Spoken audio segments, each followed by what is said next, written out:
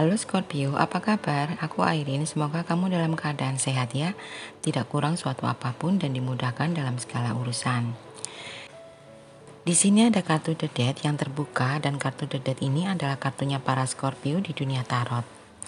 Perlu diingat ya, tarot hanyalah alat bantu saja dan setiap individu memiliki peran aktif dalam menciptakan nasibmu sendiri dan kamu tetap memiliki tanggung jawab dan kebebasan dalam mengambil tindakan dan membuat keputusan.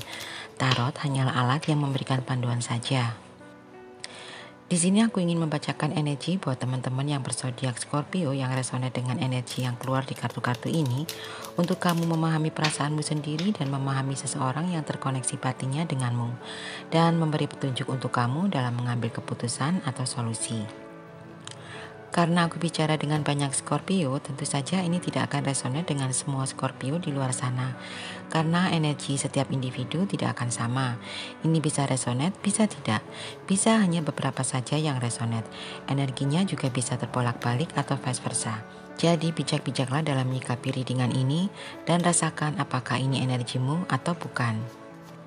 Pastikan kamu sudah berdoa supaya readingan ini bisa bermanfaat dan membantu. Kali ini aku akan bacakan energi seseorang yang mempunyai koneksi batin dengan Scorpio. Ini bisa energi siapa saja yang tertarik kuat dengan energimu, bisa orang tuamu, anak, saudara, pacar, istri, suami, mantan, sahabat, atau bisa juga ini adalah energimu sendiri yang tertarik. Kamu rasakan sendiri ya. Oke, kita mulai saja pembacaan kartunya ya. Kombinasi kartu pertama adalah energi seseorang itu atau bagaimana seseorang itu. Ada Ace of Wands dan Nine of Cups. Kartu Ace of Wands ini adalah kartu yang melambangkan energi kreatif, semangat awal, potensi baru, dan kesempatan yang muncul. Sedangkan Nine of Cups di sisi lain adalah kartu yang melambangkan kepuasan, kebahagiaan, dan pencapaian tujuan. Dalam kombinasi dua kartu ini, aku ngerasa seseorang ini memiliki kecenderungan untuk menjadi kreatif dan inovatif. Aku ngerasa seseorang ini memiliki ide-ide segar dan energi yang tinggi untuk memulai hal-hal baru. Aku ngerasa seseorang ini memiliki ambisi yang kuat dan tekad untuk mencapai tujuannya. Seseorang ini juga memiliki fokus yang jelas dan memiliki kemampuan untuk mencapai apa yang diinginkannya. Aku ngerasa seseorang ini cenderung merasa puas dengan pencapaiannya. Seseorang ini memiliki sikap yang positif terhadap perubahan dan peluang baru. Seseorang ini terbuka terhadap pengalaman baru dan optimis dalam menghadapi tantangan. Seseorang ini memiliki keberanian dan keyakinan dalam mengikuti impian dan aspirasinya. Seseorang ini juga siap mengambil resiko dan percaya pada kemampuannya untuk mencapai kesuksesan yang diharapkannya. Kita lihat di kombinasi kartu kedua yang akan menunjukkan energi seseorang ini saat ini. Ada Nine of Wands dan Two of Wands. Kartu Nine of Wands melambangkan kewaspadaan dan kesiapan untuk melindungi diri. Sedangkan Two of Wands di sisi lain menunjukkan sikap perencanaan dan evaluasi yang hati-hati. Dalam kombinasi dua kartu ini menunjukkan bahwa seseorang ini cenderung menjadi waspada dan berhati-hati dalam menghadapi situasi barunya atau dalam menghadapi tantangan. Aku ngerasa seseorang ini memiliki kecenderungan untuk mempersiapkan diri dengan baik sebelum mengambil tindakan. Seseorang ini memiliki kemampuan untuk tetap bertahan dan mengatasi rintangan atau hambatan yang muncul dalam hidupnya. Aku ngerasa seseorang ini memiliki sifat yang kuat dan tidak mudah menyerah dalam menghadapi kesulitan. Seseorang ini memiliki pandangan yang luas dan kemampuan untuk merencanakan masa depannya dengan bijaksana.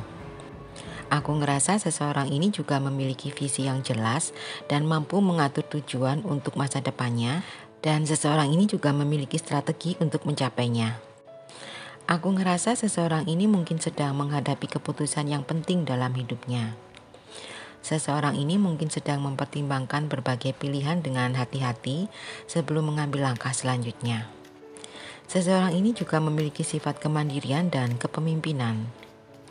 Aku ngerasa seseorang ini mungkin merasa nyaman dalam mengambil kendali dalam situasinya dan bisa memimpin dengan keyakinan. Seseorang ini memiliki keinginan untuk mencapai kesuksesan yang mandiri. Sekarang kita lihat potensial energinya ya, atau kemungkinan energi yang akan muncul pada seseorang ini. Ada The Chariot dan The Magician. Kombinasi kartu The Chariot dan The Magician ini menunjukkan potensi yang kuat dan kuasa bagi seseorang ini. The Chariot adalah kartu yang melambangkan kendali diri, ketekunan, dan keberhasilan.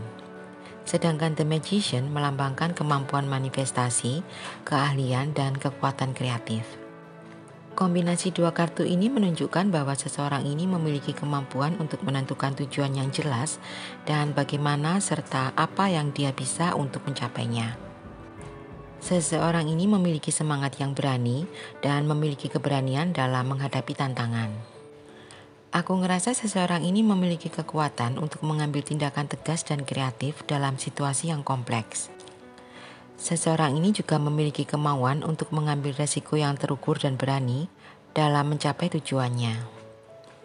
Aku ngerasa seseorang ini memiliki potensi untuk menggunakan energi dan kekuatan kreatifnya dengan bijaksana dan berpotensi bisa mengarahkan energinya menuju pencapaian yang diinginkannya.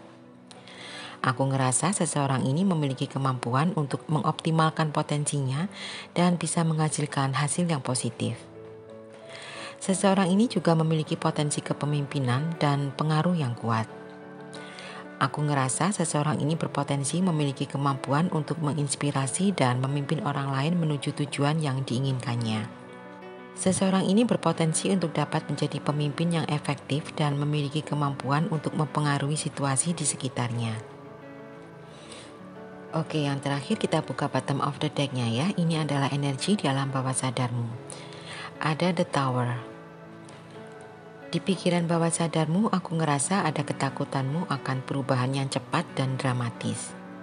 Di pikiran bawah sadarmu ada penolakan terhadap kebenaran yang tidak kamu inginkan.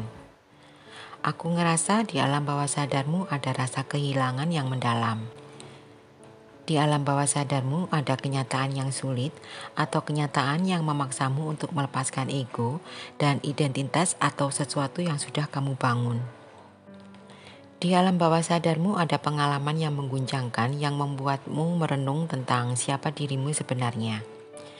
Aku ngerasa mungkin pernah ada kejadian traumatis dalam hidupmu. Atau kamu pernah dikhianati oleh pasanganmu yang mendorongmu untuk menghadapi rasa sakit atau ketakutan yang terpendam. Akan tetapi melalui pembebasan emosional ini atau rasa kehilangan ini, kamu dapat membuka jalan bagi pertumbuhanmu dan pemulihanmu yang lebih besar.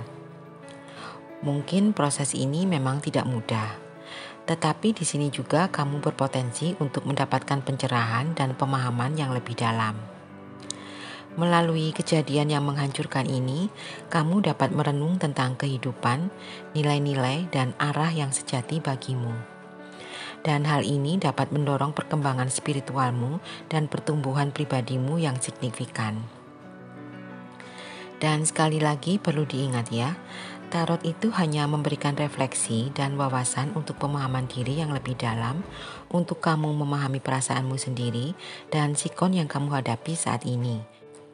Untuk kamu mendapatkan solusi dari situasimu dan untuk kamu membuat keputusan yang bijaksana.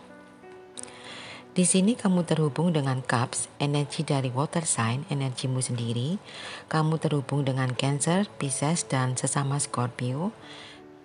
Dan yang kuat di sini Wands, energi dari fire sign, Aries, Leo, dan Sagittarius. Tapi yang paling kuat di sini energi dari Cancer. Oke, aku pikir cukup sampai di sini readingan kita kali ini. Maaf jika ada kata-kata yang kurang berkenan. Ambil yang positif, buang yang negatif. Jika kamu suka, jangan lupa di like, di komen, dan di subscribe. Aku Irene, undur diri. Bye-bye.